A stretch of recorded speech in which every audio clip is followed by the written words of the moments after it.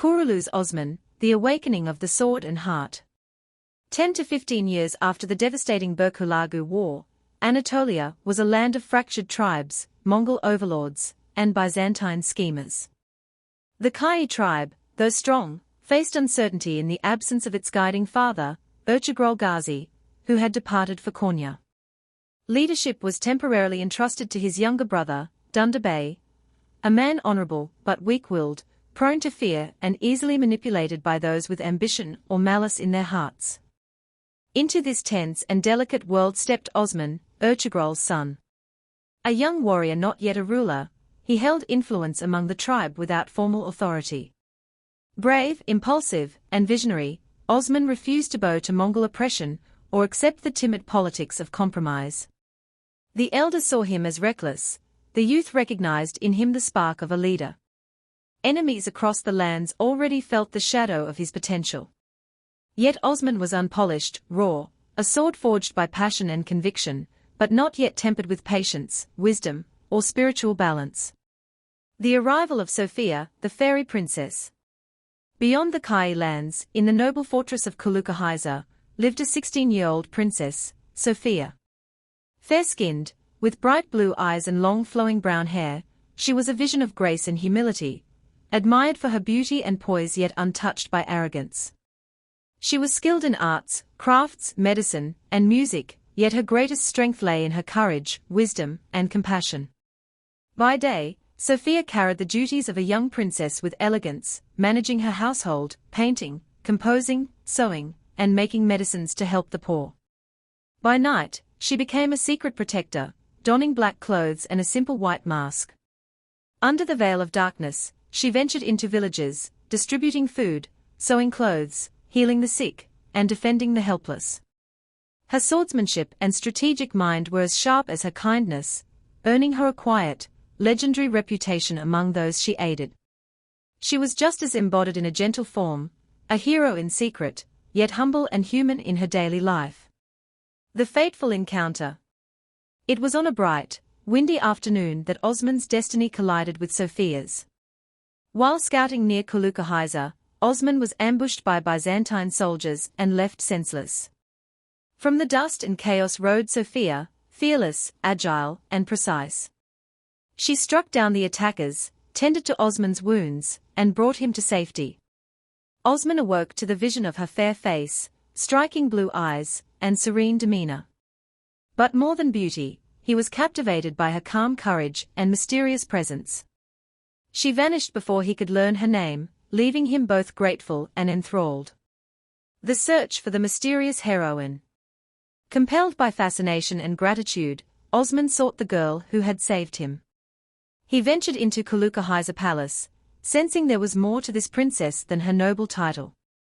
He glimpsed her chambers, walls lined with manuscripts, painted pages, looms and threads, small pieces of jewelry she had crafted herself, and a quiet air of focused creativity.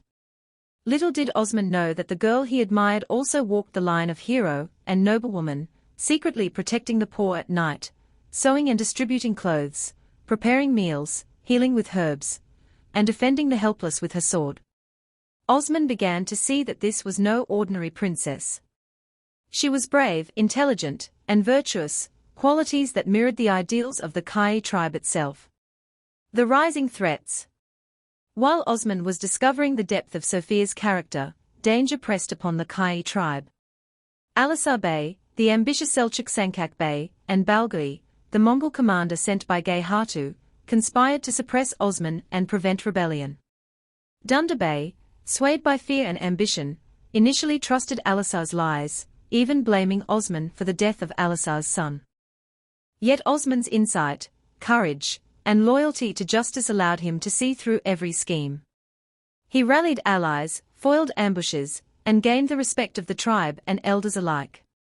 Sofia, observing in secret, provided intelligence, medicine, and occasional guidance without revealing her identity, supporting Osman's growth as a leader. The awakening, the dream of the great tree.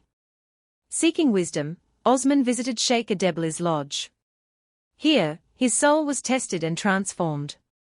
In a vision, he dreamed of a massive tree growing from his chest, its branches stretching over the world, a sign of the empire he was destined to build. Idbali recognized in Osman the chosen leader, but he also saw the need for patience, spiritual discipline, and the balance of heart and sword. It was a test not of strength alone, but of character. The revelation of Sofia. One night, Osman discovered the truth, the masked benefactor of the oppressed, the mysterious guardian he had glimpsed several times, and the princess of Kulucahisar were the same, Sofia herself. This revelation deepened his admiration and love. Sofia, in turn, saw that Osman was not just a brave warrior, but a man of integrity, courage, and vision, a partner worthy of trust and love. Their bond grew beyond admiration into a spiritual and emotional unity, the union of the sword, Osman, and the heart, Sofia Abala Hatun. The confrontation and triumph. As tensions reached their peak, Alisar's treachery was exposed, and Osman executed justice with decisive skill. Balgi, the Mongol commander, was confronted and presumably defeated by Osman. Together, Osman and Sofia led the Kayı to conquer Kulucahisar castle, the fortress that had stood as a symbol of fear and oppression. With Sofia now openly embracing her role as Bala Hatun, she became Osman's confidant, advisor, and equal partner. Her wisdom, courage, and compassion balanced Osman's fiery ambition. Kulucahisar was theirs, a triumph of justice and love. The marriage and the union of heart and sword. The marriage of Osman and Bala Hatun was a celebration of destiny fulfilled. There were no other wives, Bala Hatun was his first and only, his partner in life, leadership, and love. Together, they established the foundation of the Kayı tribe's future, a state built on justice, faith, and courage. From their union came children who would continue the legacy. Orhan Bey, destined to be a great leader. Ali'din Ali Bey, brave and loyal.